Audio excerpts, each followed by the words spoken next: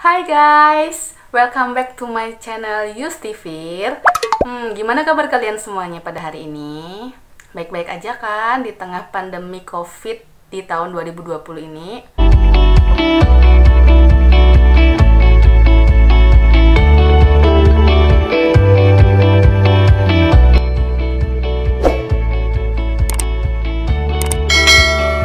Pada episode kali ini, saya mau sharing-sharing aja tentang ilmu dan pengetahuan yang pernah saya dapatkan selama saya dari SD sampai kuliah. Oke?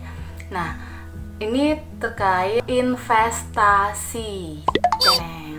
Kenapa saya bahas investasi? Karena menurut saya di tengah-tengah wabah corona atau COVID-19 ini, mungkin salah satu hal yang terbaik adalah kita memulai untuk berinvestasi, teman-teman. Nah, apa sih investasi itu? Gitu. Kenapa sih kita harus investasi? Mungkin banyak orang tidak menyadari atau tidak tahu pentingnya berinvestasi. Karena mungkin sebagian orang, oh ya udah, kita dapat kerjaan, ada uang, ya udah kita tabung di bank. Oh, kita ada uang, ya udah kita hambur-hamburkan, kita foya-foya, young money, bagi-bagi ke teman-teman gitu kan. Terus udah.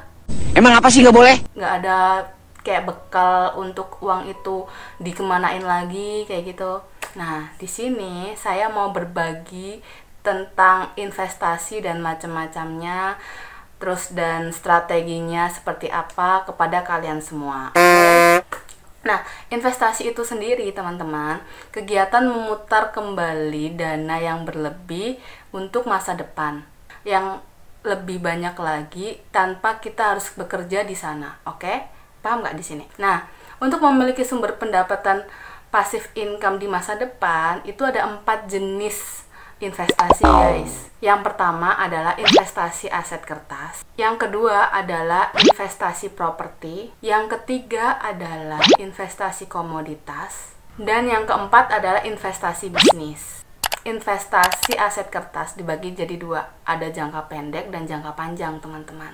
Untuk jangka pendeknya sendiri itu kayak kita menyimpan uang di dompet, kita menabung, lalu kita deposito, itu adalah investasi aset kertas jangka pendek.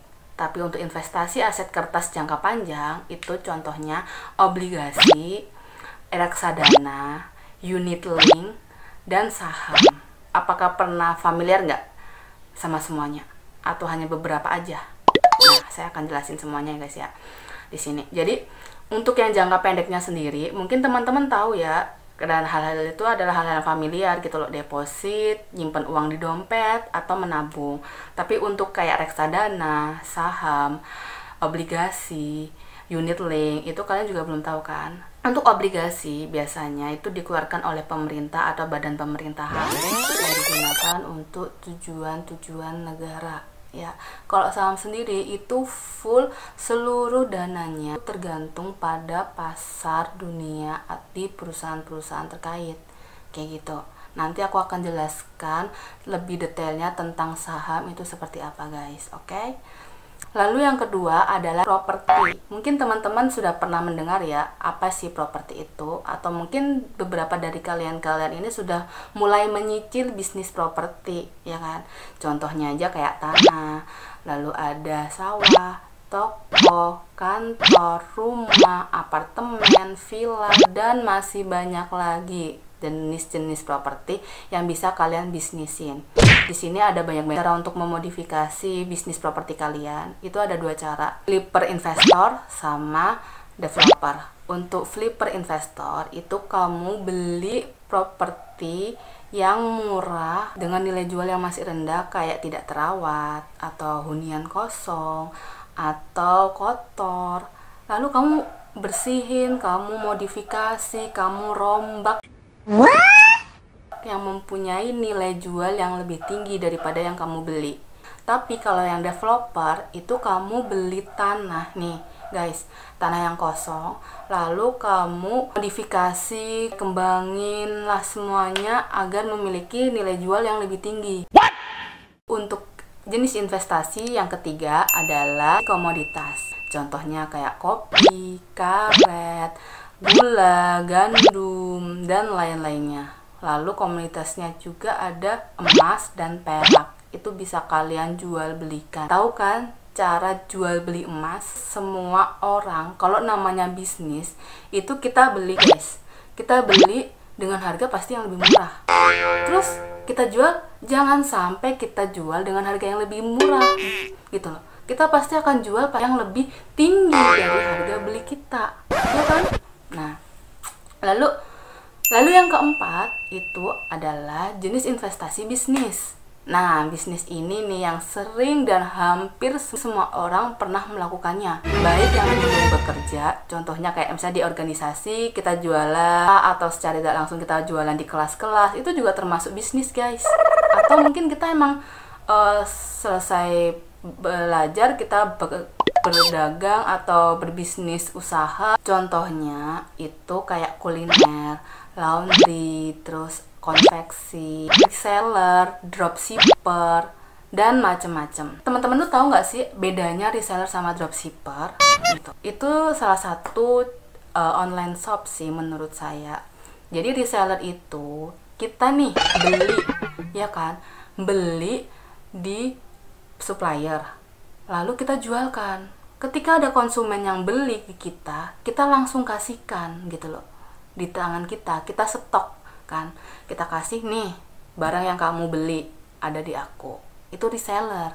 Tapi kalau dropshipper itu kita udah tahu nih supplier kita siapa, ya kan, terus kita jualin barang itu tanpa kita harus stok atau beli barang-barang supplier itu, ya kan. Terus ada pembeli nih, Mbak Yus, aku beli dong. Oh iya, berapa? 3 gitu.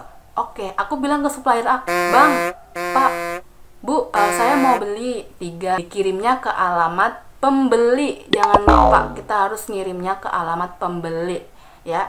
Jangan sampai ke kita lagi. Kita langsung kasih aja ke pembelinya. Tapi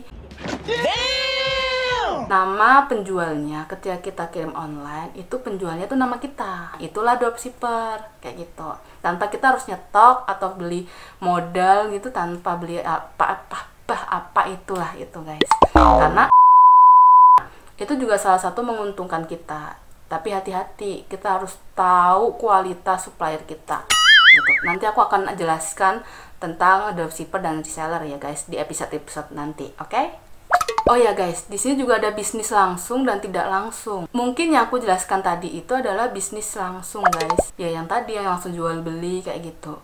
Tapi bisnis yang tidak langsung itu seperti nih, ada teman kita atau rekan kerja kita atau tetangga kita atau ada orang lain menawarkan dia sedang berbisnis gitu kan.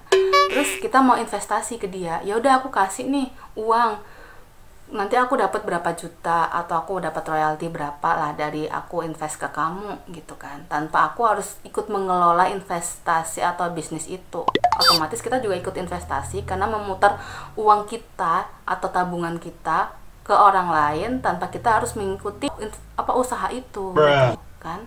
Nah itu tadi, itu juga salah satu hal yang tidak merepotkan kalian, apalagi kalian yang untuk pekerja pengen punya passive income, atau mungkin kalian para pebisnis juga pengen dapat passive income gitu kan. Itu juga bisa dengan cara-cara yang aku sebutkan tadi. Aku punya strategi-strategi untuk teman-teman atau kalian-kalian semua tentang cara memilih passive income yang baik dan benar gitu kan. Yang pertama, kamu harus kenali diri kalian sendiri.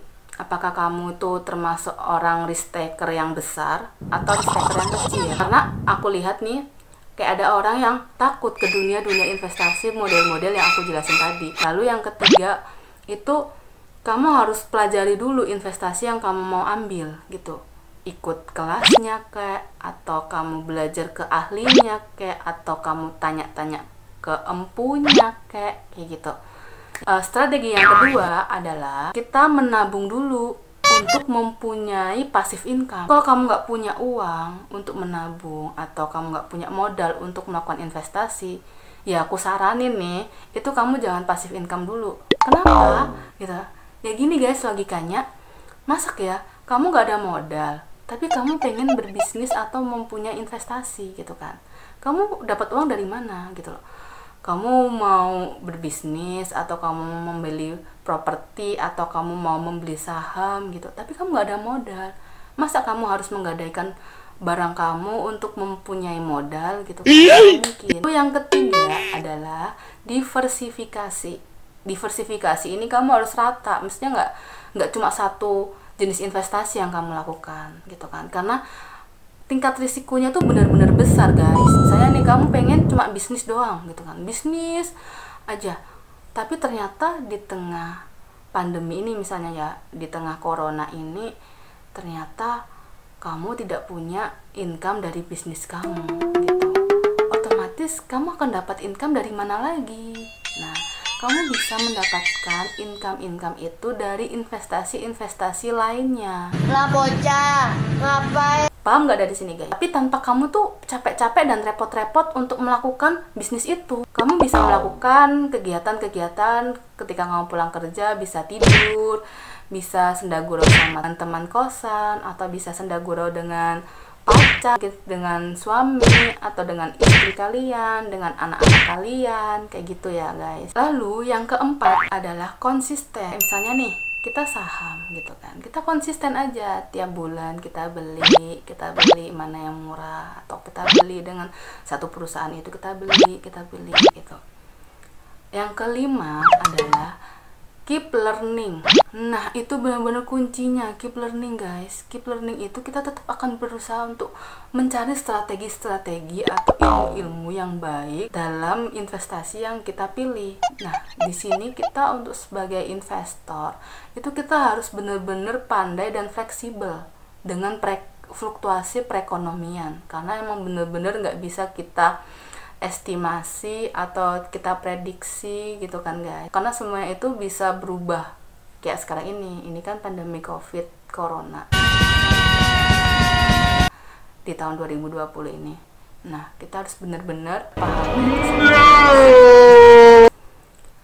Untuk aku pribadi, kalau aku sih lebih nyaranin kalian itu yang berbisnis properti, ya kan, karena properti itu bisnis yang tiap tahunnya itu akan naik dan gak mungkin akan menyusut gitu.